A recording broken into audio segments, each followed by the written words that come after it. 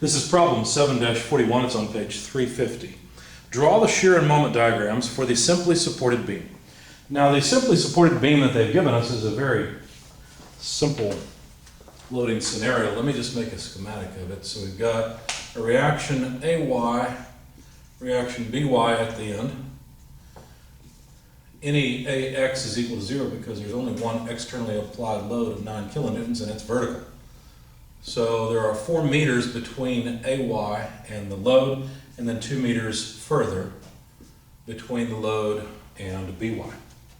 So what we're going to do is take a free body diagram of the beam before we get to the 9 kilonewton load. So somewhere, it doesn't really matter where, we'll note the position of this cut called X, draw shear in the positive direction, moment in the positive direction, and our reaction AY. Now one thing I forgot to do is let's actually consider this free body diagram first. We'll call this free body diagram 1, this body 2. So we'll work with free body diagram 1. I forgot to get the reactions, that's the first step. So here we'll sum moments about point A, taking counterclockwise as positive. It's pretty simple to see that we're going to get BY out of this. So we'd have what, negative 9 kilonewtons multiplied by 4 meters minus BY. I'm sorry, plus BY, because BY causes a positive moment about A, times the length between A and B, which is 6 meters. That sum has to come out to 0 for static equilibrium, and from this we can calculate BY. It's pretty trivial. BY is going to be 9 kilonewtons times 4/6, so 2/3 of 9. And so that comes out to 6 kilonewtons. So let's just jot down the results. 6 kilonewtons and 3 kilonewtons for the reactions at A and B. So that's the use of free body diagram 1, the schematic that I drew at the beginning. So what are we trying to do? Well, we're trying to figure out what the shear and moment are at every single point within the beam. So for example, what's the shear and moment here and here and here? And as we go through all the way even past the load, what happens to the shear and the moment? So we'll begin with free body diagram, I guess 2. We've used up free body diagram 1. And what we will do is try to calculate what the shear and moment need to be. So it's pretty easy to see we would sum forces in the vertical direction in order to calculate V. For example, we'd have AY minus V. That sum must come to 0. So V, the shear, is simply equal to AY. And it doesn't matter, notice it doesn't matter where we take the cut. In fact, the shear will always be equal to 3 kilonewtons. What about the moment? Well, to calculate the moment, we should sum moments, and we can sum moments about point A. That's fine, it doesn't really matter. You'll get the same result regardless of where you sum moments. But if we sum moments about point A, then AY will not appear in the equation. Obviously, the shear will. So the shear causes a negative moment at moment arm X, right? Or with moment arm X. So the product of those two tells us how much moment the shear applies. Now the farther out this shear is taken, which the shear is always the same, but the longer the moment arm, the larger the moment of that shear. And then the moment within the beam has to make up the difference. So in other words, the moment is equal to Vx, or in other words, since we have an equation for V, it's X times AY. So the magnitude of the moment is simply proportional to the distance that that moment is taken from point A. Now this helps us begin our shear and moment diagrams, which I will draw over here. So we'll have shear. Now the units of shear will have to be kilonewtons. So our units of force in the problem. The units of the moment will simply be kilonewton times meters, so kilonewton meters. And what I'll do is make an x-axis along the length of the beam here on the shear diagram and here on the moment diagram. Of course, x, the position, is measured in meters. And what we know so far is that the shear starts off at the value of AY, 3 kilonewtons, and continues constantly for quite a while. Now let's make a mark where 4 meters occur and where 6 meters occur, where x is equal to 4 and then x is equal to 6 by the time we get to the end of the beam. And let's make that match on this diagram And notice I've cut it off, right, before we get to the 9 kilonewton load. But the shear remains constant right up until we get to that 9 kilonewton load. But we haven't dealt with that part yet. What about the moment? Well, if we begin on the left-hand side, notice the moment goes to 0, right? Because 0 times AY, in other words, at an x position of 0, we get a 0 moment. So our moment begins at a moment of 0 kilonewton meters. But as we move along, the moment becomes the product of our particular position, or our current position, times AY. So for example, 3 kilonewtons times 2, if we make a mark, in the center or so, at 2 meters, what is the magnitude of the moment? Well, it's just x equals 2 times AY equals 3 kilonewtons, so 6 kilonewton meters. So we end up, at least at point 2, at 6 kilonewton meters. If we continue, in fact, let me move this down just a little bit.